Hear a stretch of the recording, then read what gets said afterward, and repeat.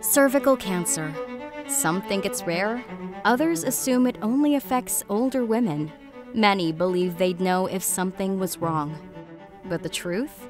It develops silently, and when caught too late, it can be deadly. Cervical cancer, compared to other cancers, is considered to be an acquired cancer.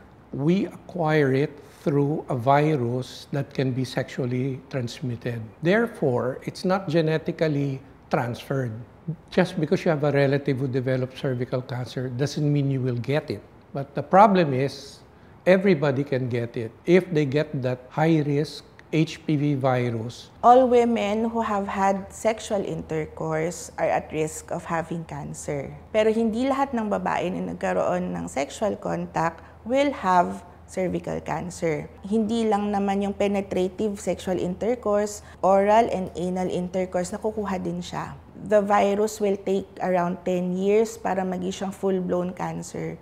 Ang cervical cancer kasi slow-growing siya, just like what my doctor explained to me, na hindi siya instant na nangyari lang today, tapos may cancer ka na kinabukasan. So maybe, younger pa ako, nag-start na yung infection, na-ignore ko lang. Cervical cancer is not possible in males, because males do not have the cervix. They may be infected, but they will not exhibit usually symptoms, or the virus does not cause anything to the male organ. For some reason, it does not convert to cancer in the penile organ, but it can be transmitted by the male. Yung risk factors, yun yung magpapalala dun sa infection. So, smoking, kasi smoking plays a major factor.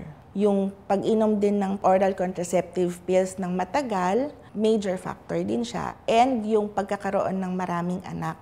And yung maagang pakikipagtalik. At yung maraming nakatalik. It's time to clear up the misconceptions, because cervical cancer is beatable if you act now.